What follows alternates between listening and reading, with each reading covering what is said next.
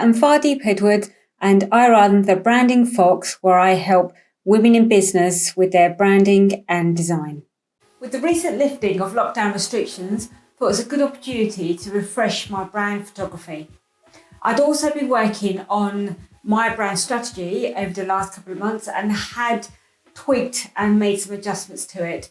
And from that, I realised that I needed to update some of the imagery that I had currently, as the previous ones weren't really quite fitting in with where I wanted to take my brand or my business in the next few years. So here are my 3 top tips to help you prepare for a brand photo shoot.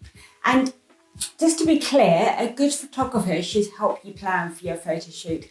They should take the time to understand your business, know what you need from those photographs, and how best to help you prepare. So tip number 1, where are your photos going to be used? Are they going to be online only, online and offline, websites, social media, blog post headers, shop signs, flyers, adverts, posters, banners? All of these will have an impact on the type of photographs that you need to have shot. The format and the positioning and the layout of those photographs will all have an impact on that. So, for example, many websites these days will have a homepage banner at the top, which are generally quite long and thick.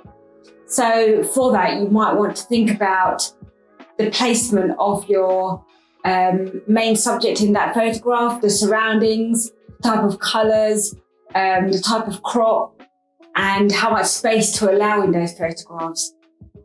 And also to think about if you're going to use any text on those parts of the photographs, which is quite a common theme as well with web page banners. And just think about the placement of that text. What part of the image should that be used? Will you have blank spaces within the images where you can put that image, the text on top, as well as perhaps social media posts and even flyers, for example, as well. If you're thinking about an image that's going to go on the front of your flyer, quite often there will be supporting text, accompanying text, a title, information that will need to go in and around that image.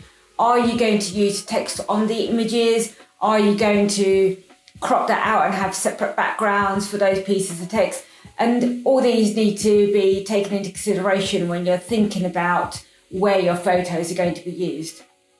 Tip number 2, what story do you want to tell?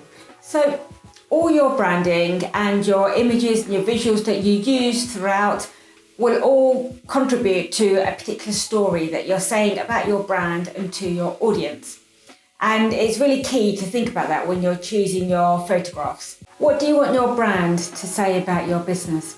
And how are you going to communicate this to your audience? For example, is being in nature a big part of your brand? Perhaps your business is in health and well-being or wellness, and being close to nature or something to do with nature is a big part of that. Therefore, you might want to think about having a lot of greenery in your imagery, or being outside, or being in the woods. And these will all contribute to that particular story that you're saying about your brand. Is colour important to your brand? And how are you going to use that? Are you going to support that part of your brand by wearing coloured clothing? Or are you going to think about the surroundings? Are the surroundings going to be colourful? Or perhaps the use of colour is more minimal than that, and you might want to think about using accents of colour throughout your imagery rather than it being a dominant part of the visuals.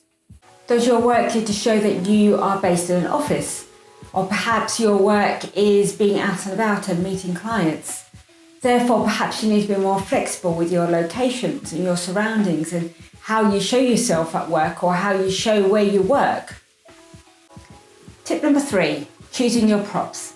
So this follows on from the story element of your branding and your choice of imagery. So your props will add to your brand story and help enhance those little details. If there's are particular items that is specific to your particular business or into the way you work, you might want to consider using them. If there's something about the way you work that helps differentiate you from your competitors, then that's going to be a key prop for you in your particular brand and business. For example, I'm a designer and I do have a Wacom drawing tablet. Not many designers use this, and I think it is really indicative of the type of design that you might do, especially perhaps if you're an illustrator. So then having that particular prop in those visuals will be an interesting fact and a detail about your brand story. For me, this time round, compared to my previous round of brand photography, I wanted them to be just a bit clearer, a bit less cluttered. So actually, my choice of props was stripped back, and I just chose a few key items that I wanted to show. So I do hope these tips have been helpful for you.